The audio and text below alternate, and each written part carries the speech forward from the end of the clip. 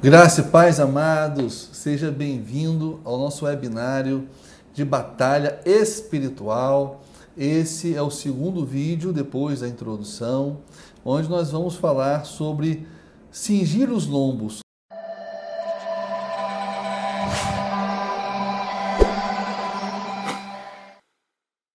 Cingindo os lombos com a verdade. Isso está em Efésios capítulo 6, no verso 14, que diz assim: Estai, pois, firmes, tendo cingidos os vossos lombos com a verdade, e vestida a couraça da justiça. Mas antes de falarmos sobre isso, eu queria lhe pedir que você compartilhasse, que você desse o like, que você contribuísse com esse canal, porque muitas pessoas têm sido abençoadas com esses vídeos. Muitas pessoas têm mandado o recado, eu estou muito feliz com isso.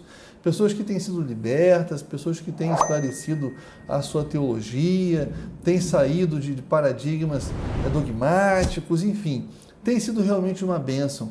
Eu quero pedir que você seja mais um junto comigo a semear nas almas, nas vidas que estão precisando. Esse tema é um tema muitíssimo importante e eu peço que você não só dê o like, mas você compartilhe também, que é a nossa missão, a missão de levar o Evangelho para todas as pessoas, principalmente para aqueles que estão cativos e oprimidos pelo diabo. Amém?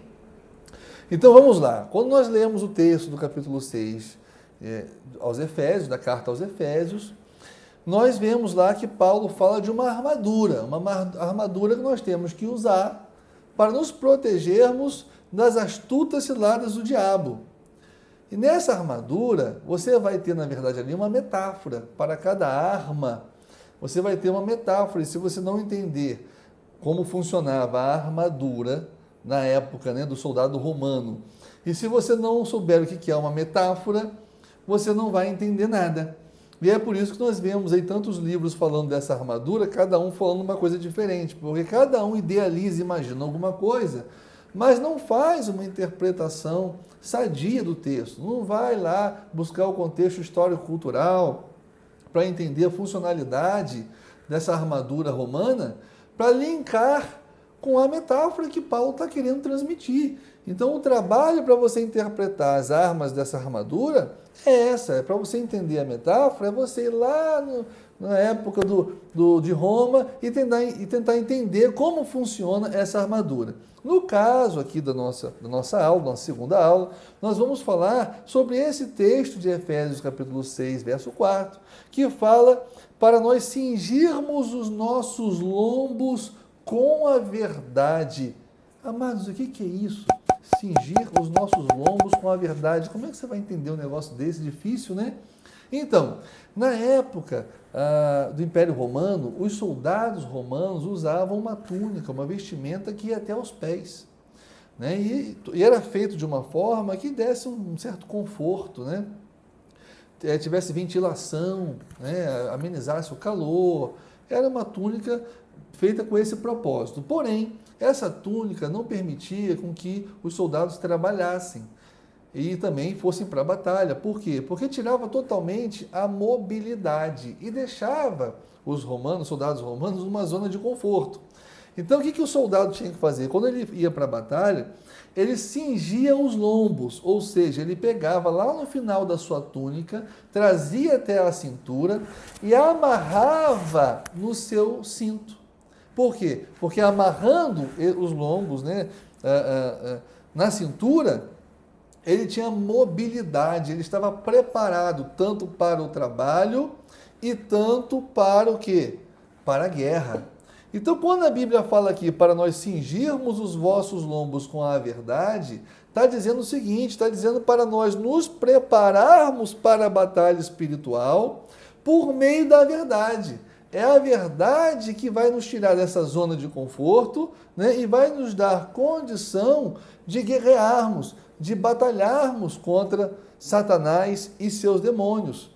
Nós podemos ler aqui, por exemplo, que está em Lucas, no capítulo 12, verso 35 e 36, onde Jesus fala o seguinte: Estejam cingidos os vossos lombos e acesas as vossas candeias, e sede vós semelhantes aos homens que esperam o seu Senhor, quando houver de voltar das bodas, para que, quando vier e bater, logo possam abrir-lhe. Então, mais uma vez, Jesus também usa esse termo de cingir os lombos, mostrando claramente que ele está dizendo o quê? Que nós devemos estar preparados, a todo tempo preparado. E o que vai preparar você é a verdade. Se você não tem conhecimento da verdade, se você não conhece a palavra de Deus, que é a verdade, como está lá em João 17, né? Santifica-os na verdade, a tua palavra é a verdade. Então, se você não estiver preparado na palavra, você não tem condição de batalhar. Uma pessoa sem conhecimento, uma pessoa sem conhecer a verdade de forma plena, né, não seletiva, não parcial, essa pessoa não tem condição nenhuma de vencer uma batalha. É uma pessoa fraca espiritualmente.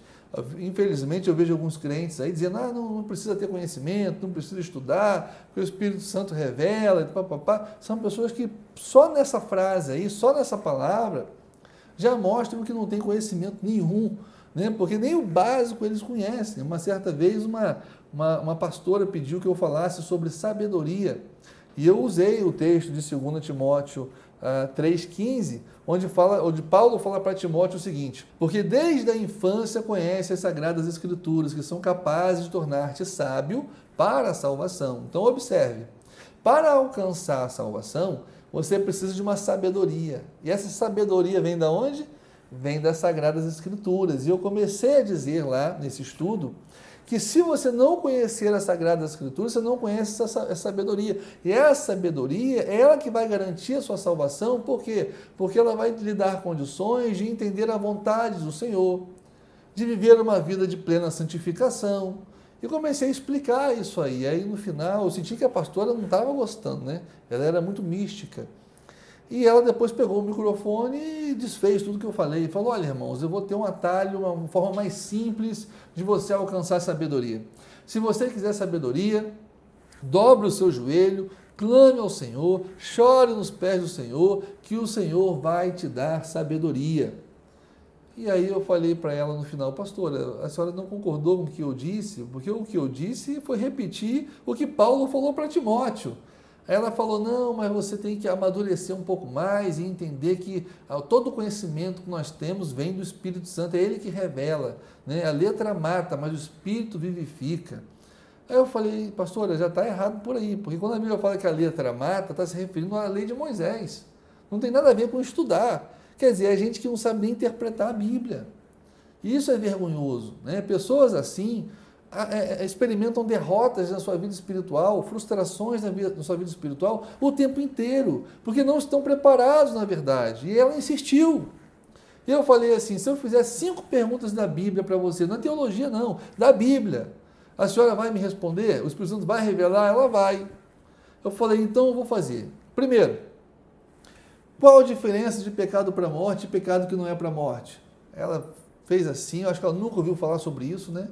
E aí ela, não, vai falando aí que o Espírito Santo vai revelando. Não respondeu. Aí eu fiz a segunda pergunta. Como as pessoas eram salvas no Velho Testamento, se a salvação é só através de Jesus? Aí ela foi, deu uma risadinha e falou, pastor, antes de Jesus ninguém foi salvo.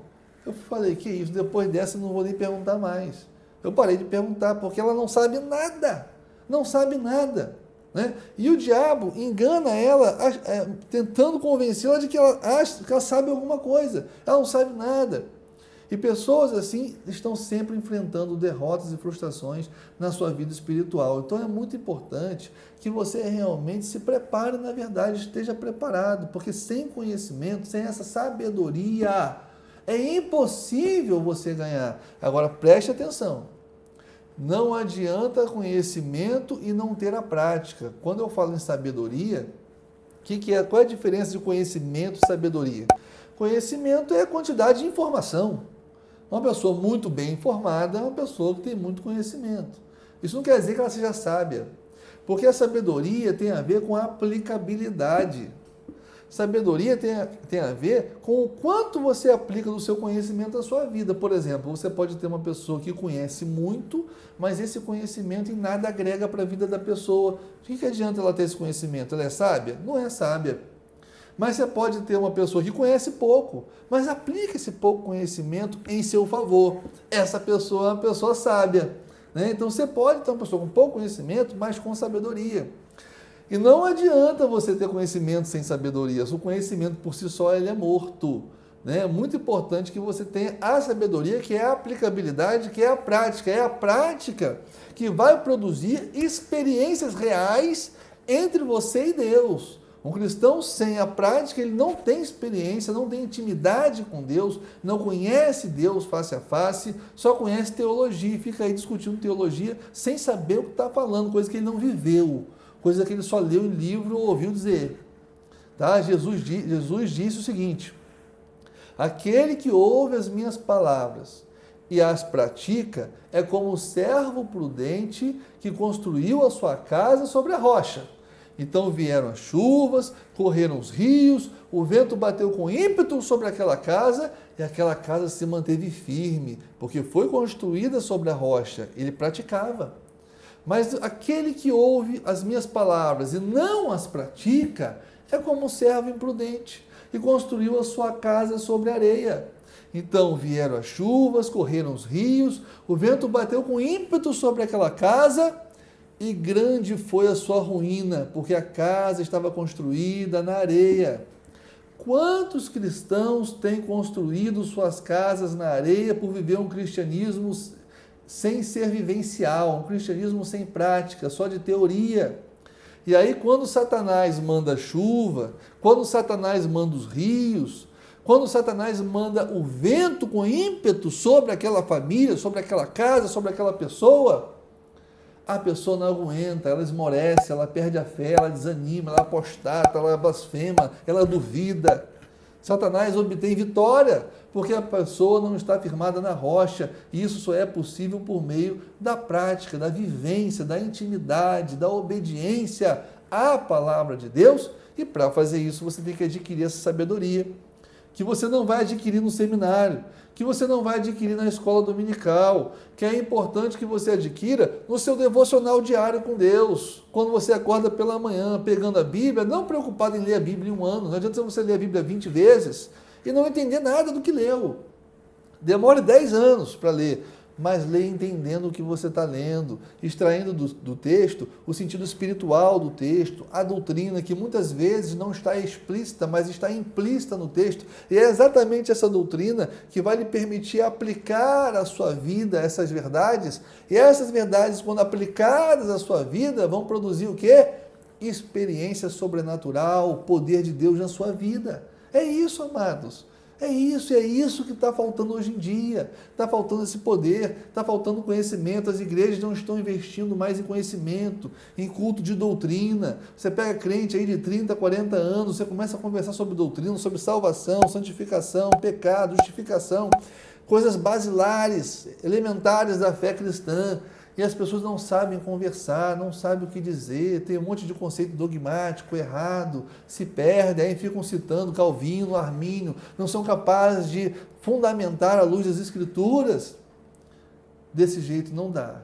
Desse jeito você é presa fácil para Satanás. Então é muito importante, se você quer se preparar para a batalha espiritual, se você quer cingir os seus lombos com a verdade, é muito importante que você esteja firme com a verdade. Okay? Conhecendo bem a verdade. E quais são as estratégias de Satanás para terminarmos? Bom, já que Satanás sabe que a palavra de Deus e que a verdade liberta, conhecereis a verdade vos libertará. O que Satanás faz? Não deixa as pessoas terem conhecimento da verdade. Satanás, com relação aos incrédulos, Satanás vai produzir cegueira espiritual, para que as pessoas não alcancem a verdade. Olha o que diz aqui em 2 Coríntios 4:4, diz assim: nos quais o Deus desse século, que é o diabo, cegou os entendimentos dos incrédulos, para que lhes não resplandeça a luz do evangelho da glória de Cristo, que é a imagem de Deus. Então Satanás ele vai cegar, para impedir com que essas pessoas tenham conhecimento do evangelho, são cegos. Lembra que Jesus diz lá em Mateus, no capítulo 13, quando ele vai falar da parábola do semeador, que aquele que recebeu a semente, né, que é a palavra de Deus, porém, não entendendo a palavra de Deus, vem Satanás e rouba o que foi semeado. Né? Então é muito importante que você realmente entenda a palavra de Deus, e para isso é importante que você busque a verdade através de homens de Deus que não preguem, que preguem sem avarença, que preguem sem seletividade, só pregando aquilo que não vai lhe confrontar, que realmente é o que vai te ajudar, sabe? Então é muito importante que você busque isso aí, lendo, tentando interpretar, orando a Deus para que Deus fale ao teu coração. E se você fizer isso com sinceridade, eu tenho certeza que Deus vai abrir os seus olhos e vai se apresentar a você da forma maravilhosa e amorosa que Ele é. E com relação aos cristãos, aqueles que já conhecem a verdade, o que o diabo tenta fazer? O diabo tenta corromper a verdade. Ele tenta distorcer a verdade. Como? Através das falsas doutrinas, através das heresias que, segundo Pedro falou, são destruidoras. Olha o que diz aqui 2 Coríntios 11, versículo 13 e 15. Fala assim: porque tais falsos apóstolos são obreiros fraudulentos, transfigurando-se em apóstolos de Cristo. E não é maravilha, porque o próprio Satanás se transfigura em anjo de luz. Não é muito, pois, que os seus ministros se transformem em ministros de justiça, o fim dos quais será conforme as suas palavras. Então, esse texto está dizendo que Satanás tem ministros, pessoas que ele levanta, que se infiltram no meio dos cristãos, que se colocam como apóstolos de Cristo, como pastores de Cristo, como diáconos de Cristo, como profetas de Cristo, como obreiros de Cristo, como professores de teologia de Cristo, como você quiser, mas que são ministros de Satanás, que estão ali para quê? Para induzir as pessoas ao erro. Essa é a estratégia de Satanás, são aqueles que já conhecem a verdade, corromper a verdade. E quantos cristãos se começaram bem, irmãos, e depois descambaram para o adventismo? Quantos cristãos, irmãos, começaram bem e descambaram para o jeovismo? Quantos cristãos, irmãos, começaram bem no Senhor, convertidos com sinceridade, e foram para o jeovismo, mormonismo, calvinismo diabólico? Quantos não partiram para isso aí? Começaram bem e foram beber na fonte de Satanás, e pega todos eles, eles vão dizer que são cristãos, eles vão dizer que são de Jesus, mas quando chegarem diante do grande juiz, vão ouvir o seguinte: mas mestre, em teu nome eu expulsei demônio, em teu nome eu fiz maravilhas, em teu nome eu profetizei. E Jesus lhes dirá: apartai-vos de mim, malditos, vós que praticais a iniquidade, eu nunca vos conheci, ou seja, eu nunca tive parte com você. Isso é muito forte, irmãos. Então é muito importante que nós estejamos amadurecidos na verdade. Não se conforme com um conhecimento ralo, com um conhecimento rasteiro, com um conhecimento pedestre da palavra de Deus. Não se conforme com isso. Busque sabedoria e busque conhecimento na verdade que é a palavra de Deus. Amém? Que Deus abençoe os irmãos mais uma vez e fiquem na paz.